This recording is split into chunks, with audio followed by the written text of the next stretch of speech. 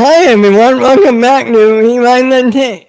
That was weird. I didn't turn my camera off. It just was off. We're doing it live. Take it away, my man. Welcome to another edition of Rewind the Tape. I'm none other than your friendly neighborhood soda, joined as always by my fellow rock climber, Ben. How you doing? I'm doing well, we're doing it live. What can I fucking Live, say? it's hot as hell. And I'm not taking it anymore. Hands off to you, if you know that reference. I do, but I can't place it at the moment. Anyway, So, we're not in, yeah. Yeah, we're definitely not here to talk about the weather. We're here, kinda. We're here to talk about one of those a Sylvester Stallone movie that somehow I have not seen until last night. Cliffhanger. What are your thoughts about this movie? I regret not watching it earlier. I had so much fun watching this movie. This is up there with like Demolition Man and like those type of action movies that Stallone did. This is like one of the top tier ones. This was a great time. I need wonder if he ever figured out what those three sales are for. I don't think that's ever been revealed, and I don't think it ever will either. Yeah, but they're fun to think about, isn't it?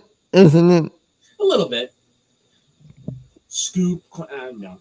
Anyways, that's not why we're here. So let's just get into it because we're a little bit pressed for time. So let's get into it. So yeah, I gave my thoughts. What about you? What did you think of this movie? Like you, I just watched it for the first time today. Heck, it's a fun one. John Lithgow as the villain. Replaced Christopher Walken. Really? I get that. I see that. Scheduling conflicts is what it quote unquote said. Wow. All right. So, as the movie opens, we see a guy climbing around the underside of an outcropping from a tall mountain peak. He turns out to be Gabe Walker, a ranger from Rocky Mountain Rescue. It takes place in Colorado, filmed in Europe. Of course it did. He's apparently because the mountains are gorgeous and they are actually pretty damn close to what the Rockies look like where they filmed. So, he is in communication with his coworker and girlfriend Jessie, who is on a chopper piloted by an older coworker, Frank. The three are mounting a rescue of yet another coworker, Hal Tucker, and his girlfriend Sarah, who is on her first climb. Hal and Sarah made it to the top of the mountain, but Hal has aggravated an old knee injury and can't make it back down. Gabe makes it to the top of the peak where Hal and Sarah are. The chopper drops Gabe a cable, which he secures while the chopper lands at a nearby peak. All is set for the three to shuttle across the cable to where the chopper is. There is a lot of lighthearted banter as this is routine operation that they all, except Sarah, do all the time. Hal goes first, and as he is crossing, Gabe asks Sarah how Hal persuaded her to accompany him on an escapade. She replies laconically, "He told me it's better than sex." Ooh. No one to hear that. No. Hal makes it across, and now it's Sarah's turn. She's a little frightened at the thought of hanging from a cable 4,000 feet above the ground, as one would. But the fact that Hal crossed without incident is reassuring. Halfway across, one of the buckles of her harness snaps, and suddenly she is hanging by a strap and unable to reach and grab onto the cable. Gabe quickly crosses to her and grabs her arm just as the strap breaks free. But they are unable to keep their grip on each other, and Sarah falls 4,000 feet to her death. Both Gabe and Hal interested in. Now, yes, go ahead. I was going to say, they make that when an answer to it too, when they come cold. That's what I was going to bring up. Where do you recognize this? Ace Ventura 2, which was like 2 years later, I think. No, I can't be the only one who thought Sarah was played by Jennifer Grey. Can I be? Oh, you mean so? It was Sarah that you thought was Jennifer? Yeah. Grey. No, it's not Jennifer Grey. Okay. Yeah, no, I thought you were talking about the other person, the one who played the girlfriend, the main girl. No, the one that died. Yeah. Sorry. Well, I was at work. I misunderstood you. That's all. So another thing that stunt is good. It still holds, as far as I know, the Guinness World Record for the most expensive aerial stunt ever performed. Stuntman. Really? That is the most expensive. I wouldn't. Sorry, that's not the most expensive. The most expensive is coming up in a moment. I'll read the tidbit when I get there. I misread. Okay. The story jumps ahead 8 months. At the U.S. Treasury office in Denver, Treasury agent Travers is preparing to leave on a flight with several large containers of printed currency totaling $100 million. I like how we both did that. His boss introduces FBI agent Matheson, who is being transferred and is bumming a ride on the plane. Gabe, meanwhile, drives up to Jesse's and formerly his house. He had left after Sarah's funeral because he felt he had to get away and had been working in Denver. He wants Jesse to come to Denver with him, but she won't. She leaves for work, leaving Gabe to get his stuff in the house and load in the vehicle. On the plane, Matheson looks out his window and sees another plane flying next to him. He quickly and correctly sizes up the situation, informs the other 2 Treasury agents that Travers intends to hijack the plane, and pulls his gun on Travers. The other 2 agents dutifully pull their guns on Matheson, as does Travers. Travers shoots the other 2 agents, then shoots Matheson. In the cockpit, the co-pilot comments about the gunfire, and the pilot shoots him. 2 planes move into position, and they run a cable between them. Travers transfers over, then the pilot sends the containers. Now, this is the costliest aerial stunt ever performed. Stuntman Simon Crane was paid $1 million to cross once between 2 planes at 15,000 feet without the aid of any safety devices or trick photography. The insurance company refused to insure a stuntman for this, so Sylvester Stallone offered to reduce his own fee for the movie by the amount that the stunt cost to produce in order that the film could be made. The stunt was filmed in the United States, as such a stunt is illegal in Europe, where most of the film was shot. Crane couldn't actually get inside the second plane, but good editing gives the appearance that he does. You know what is creepy? Maybe creepy, maybe a little crazy. If this was a Tom Cruise movie, how much you want to bet it? How much you want to bet he would be the one who wants to do the actual stunt? Back then, I'm not 100% sure, but definitely today. Definitely today, he'd do it without the wire. And it would be the most expensive stunt today. Oh, that guy then does some of the crazy. Yeah, his stunts make that stunt look like nothing. That's why I'm surprised that's the most expensive one, because I would say some of Tom Cruise's work, yikes. Yeah, I don't. I think it's just times have changed as well since 1993, right? That's fair. But Matheson isn't dead. He manages to shoot the pilot, shoot the cable in enough places that it attaches from both planes, and the containers fall to the ground, and shoot the other plane enough times that it crashes in the mountains before his own plane explodes from explosives previously set by Travers. Crystal, the pilot of the other plane, who, as I pointed out to Ben, was Moira in Hook, Peter's wife. Maybe. Radios for help reaches Jesse, Hal, and Frank, desperately tells them they are hikers who got lost in a snowstorm and asks them to send a chopper. But they can't send a chopper because of the storm, so Hal sets off to climb to their location. Jeez, wrong action hero. Jesse goes back to the house and tries to persuade Gabe to help Hal, but Gabe makes some excuses about not having climbed in so long and drives away. Meanwhile, in Denver, Treasury agents are discussing the fate of their plane, while some FBI agents arrive and inform them that Matheson wasn't just along for the ride, he was investigating. Seems that one Eric Quaylen, a former military intelligence operative, has been plotting to hijack one of these Treasury shipments. Although the bills are in denominations that aren't distributed and therefore wouldn't have any value to the ordinary thief, Quaylen has the international connections to dispose of these bills profitably. FBI shows Treasury and us Quinlan's picture, and sure enough, it's the head bad boy from the second plane, played none other by John Lithgow. Ooh. He made a creepy ass villain. I wonder if they thought of this when they cast him as that one killer in Dexter. The Trinity killer, wasn't it? Yeah. Yeah.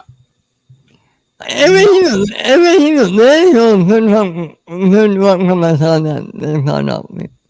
Maybe. We now find Gabe, who apparently has reconsidered since talking with Jesse, climbing up the side of a cliff.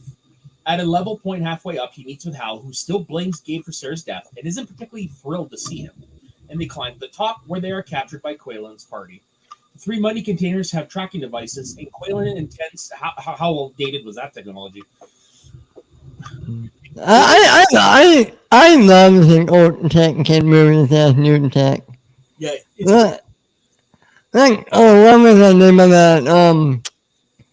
Have you ever, I know, really captured, and I don't care. Have you ever seen that movie, Jungle to Jungle, with Tim Allen? Yes, I've seen it. It's Tim Allen, so of course. Well, okay, yeah. They had this Nickelodeon, and you didn't see this until yesterday. I saw Jungle the Jungle in theater because it was Tim frickin' Allen. Okay, whatever. We met. Never mind, continue with it. Spit it out.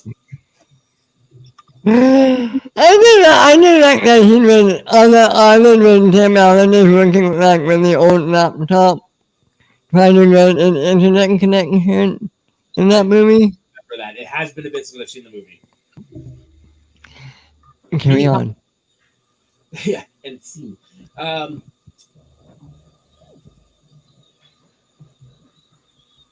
Meanwhile, the three money containers have tracking devices, and Quaylen intends for Hal and Gabe to guide them to each of the three locations. They reach a point several hundred feet below the first one and send Gabe up to get it. Quaylen insists that Gabe leave his coat behind, limiting his chances to escape. When Hal warns Gabe the bad guys trying to kill him when he comes down, the bad guys start shooting at Gabe, triggering an avalanche that sweeps the money container over the edge, where it pops open and sends $33.33 million worth of bills floating through the air down in the valley below. Oh, what a waste of money. But I couldn't use $33 million for it right now. Ay. Meanwhile, Jesse, having grown suspicious over inconsistencies in Hal's radio communication, has Frank drop her off in the mountains where she meets up with Gabe. They manage to reach the second container before the bad guys, who arrive to find not the money, but a note offering to trade the money for Hal. Quaylen realizes it's Gabe, and, night having fallen, sends a bad guy out with night vision goggles. This guy finds Gabe and Jesse, but Gabe temporarily blinds him by flashing a flare in his night vision sensitive face. The two wrestle and end up sliding down a long slope. At the last second, Gabe is able to anchor himself while his adversary goes over the edge. Watching all this from a higher vantage point, Hal comments, "Gravity's a bitch, isn't it?" The bad guys fail to see the humor. It being night on a snowy mountain, Gabe and Jesse use the money to make a fire. Gabe commenting on how expensive it is to heat the place. Come daybreak, there was a lot of funny one-liners in here. I will say that. Totally. Yeah. Oh, fun fact, the guy who directed this is the same guy that directed Die Hard 2 and Cutthroat Island. Nice. Rennie Harlan. Yeah. Come daybreak, they try to reach the third container before Quaylen's group, but their way is blocked by a series of explosives set off by Quaylen. One of the bad guys corners them in a cave that was part of their shortcut, but Gabe is able to kill him by impaling him on a stalactite. There is also a scene where a rope breaks and Gabe ends up holding onto the side of the cliff with one hand and Jesse with the other. There's a close-up of their hands holding onto each other that looks very much like Gabe and Sarah's hands at the beginning, but they manage to maintain their grip until Gabe pulls Jesse to safety. Meanwhile, the Quaylen group encounters a group of Bill and Ted wannabes. This is actually the IMDb summary. Yes, they do call them Bill and Ted wannabes. And so, Whoa, 69, dude. yeah. Meanwhile, the Quaylen group encounters a group of Bill and Ted wannabes and starts shooting at them, killing one and wounding the other as he parachutes off a ledge.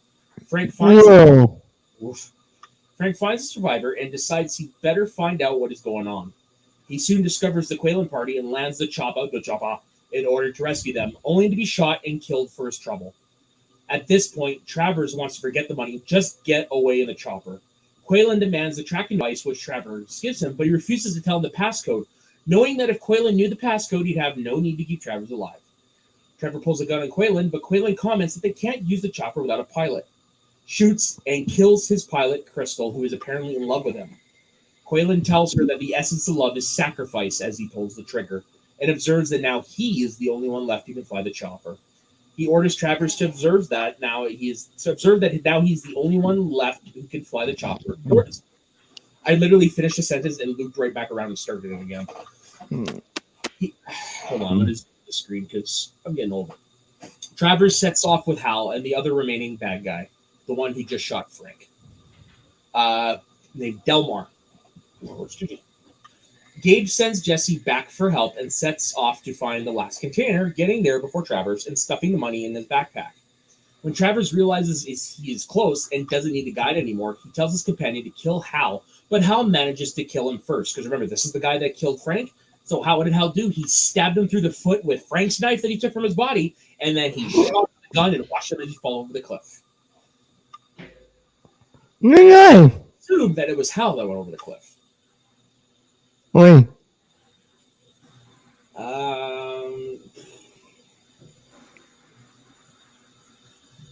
Travers says sees his companion's body sailing down from the ledge and thinks it's Hal, although it doesn't seem to faze him that he never sees either of them again. His tracking device leads him to a rabbit wearing the device from the last container. Travers, a bureaucrat who has watched a seemingly foolproof plan completely unravel, is by now essentially insane. He begins erratically shooting at the rabbit, repeatedly missing it at even close range. Now, they actually had to refilm this scene because originally the rabbit was mutilated on screen, and test audiences were not comfortable with that. So they re-edited it so the rabbit survived. Yay! Travers radios that he is going to look for Gabe, alarming Quaylen by revealing information about their identities that might be of interest to searchers. Quaylen, concerned that someone might have located the origin of the transmission, takes off in the chopper. Travers finds Gabe, or vice versa, it's hard to tell, on a wooden bridge over a mountain stream, and in the struggle that follows, Gabe falls through the ice and into the freezing cold water. Travers spots Gabe under the ice trying to break through to the surface and draws his gun, but Gabe draws his own climbing gun and fires through the ice, killing Travers. Hal shows up and helps Gabe out of the icy water. Jesse shows the chopper, which I must say, Stallone dried pretty quick for being up in the snowy mountains. Multiple. It's a movie, man. It's a movie. If I'm not mistaken, he wasn't wearing a shirt when he was underwater. It's a movie. I know, it's just one of those weird things. This is like next thing you know, he has a shirt. It's like, okay, continuity a little bit. It's a noticeable one because it's fucking Stallone without a shirt. So Jesse sees a chopper and thinking that it is Frank, waves for help. Quaylen captures her and radios Gabe and Hal that he has her, demands the money, and they agree to a rendezvous point. At the rendezvous, Quaylen demands that Gabe throw the money into the chopper or shoot Jesse, but Gabe says that if he does, he'll throw the money over the cliff. Quaylen relents and drops Jesse off nearby and returns for the money, but Gabe throws it into the chopper blade, and as Quaylen struggles to regain control, Gabe attaches the chopper's winch to the top of a metal ladder running down the side of the mountain, while Hal shoots at the chopper until it loses power and fails. It pulls the top part of the ladder off of its attachments and ends up dangling on the side of the cliff. Gabe, who has taken refuge on the ladder to avoid Quaylen's gunfire, falls and lands on the chopper where he and Quaylen engage in a fist fight.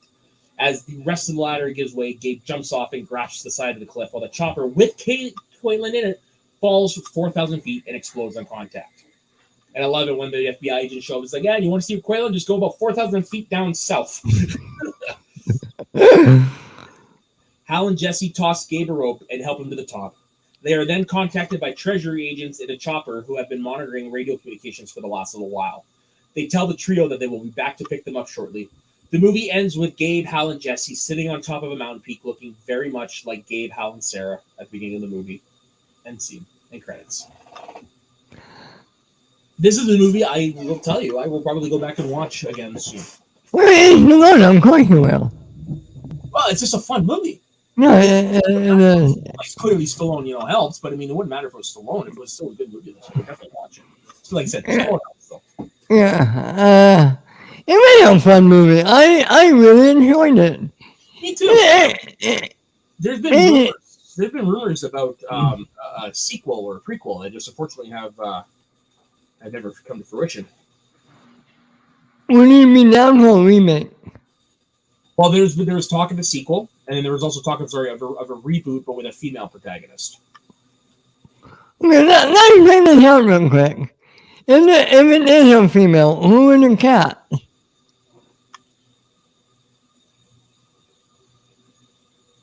No, it is. I don't know. Alicia Vikander would be pretty cool. How about Rebecca Ferguson? Oh, yeah, Rebecca Ferguson would be a pretty good choice. Oh, there's another good one. Yeah, I mean, Emily Blunt. Oh, Emily Blunt actually would be a really good choice after seeing Days of... And Small. Yeah, I was like, which title was it again? Did I repeat and attempt tomorrow? All you need is to kill? Yeah, dear Lord. Yeah, there's just too many, eh? Good movie, though. Really good movie. Oh, for sure. It's been a bit since I've seen it. Me too. We should add it to the list. Wonderful list. I'll let you add it to the list. Okay. Ah, Speaking of the list, do we want to do it? let's do it. Sorry, the episode's a little short today, folks, just we're both pressed for time, so. Well, only one of us is. Thanks for throwing me under the bus. I'm kidding.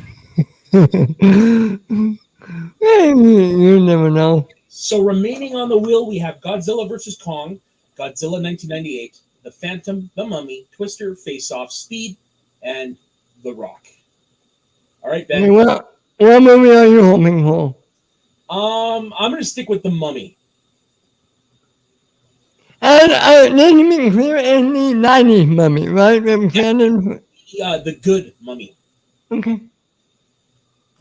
I want Face Off.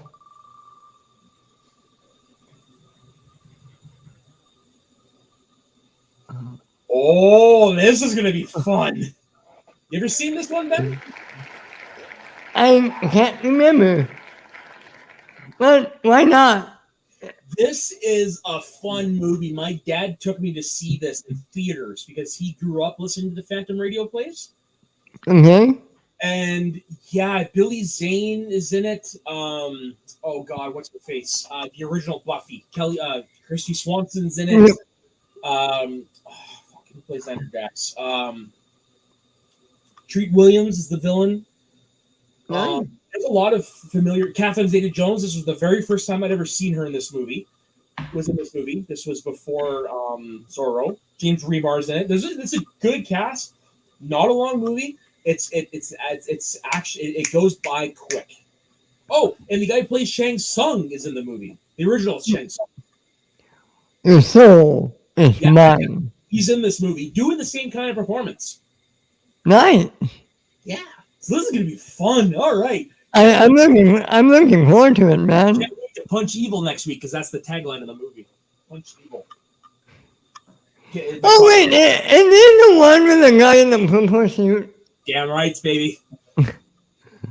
Of course it is. All right, Ben. Where can everybody find you? You guys can find me at my Twitter, Ben_Radio. Over on my YouTube channel, the Morning Quiz at Kickname. Every Monday on Fellowship of Kickname. Every Wednesday on Sonai Academy. Every Friday on the Weekly Kickname. Every Sunday at Kickname Uncut. You guys can find me right here every Thursday, right here on We Want That Tape. And every Saturday morning on the Northern Countdown. We have to get that song. One day when I am not busy, I will sit down with my friend and we'll go do something. You'll probably have to wait till fall. Anyways, and as for myself, you can find me on my personal Instagram and Twitter at soda_the_saxman. You can find me all over this channel and the shows Ben has mentioned, as well as Wednesday nights doing the Squared Slice, our Russian show. We are doing sporadic shows at the moment because it's summer. There's just a lot of stuff to do. Either one week Dustin has something to do, another week I might have something to do, but we still are doing it. It's just when we're available. And of course, you can see me Saturdays over on the Blokes of Wrestling, which is the wrestling show on the Let's Get Ready Network. And this week, holy crap, do we have a lot of news to talk about. So, on behalf of myself, Ben, and everybody here at the Northern Entertainment Group, thank you very much for liking and subscribing. Don't forget to leave your comments on the video and tell us what you thought of Cliffhanger. And we will see you next week as we punch evil and go back to the Bengal jungle with the man who walks, or the ghost who died. The ghost who walks. That's what it is. Oh, wait, no, that's a wrong emo. Never mind. Have a good one.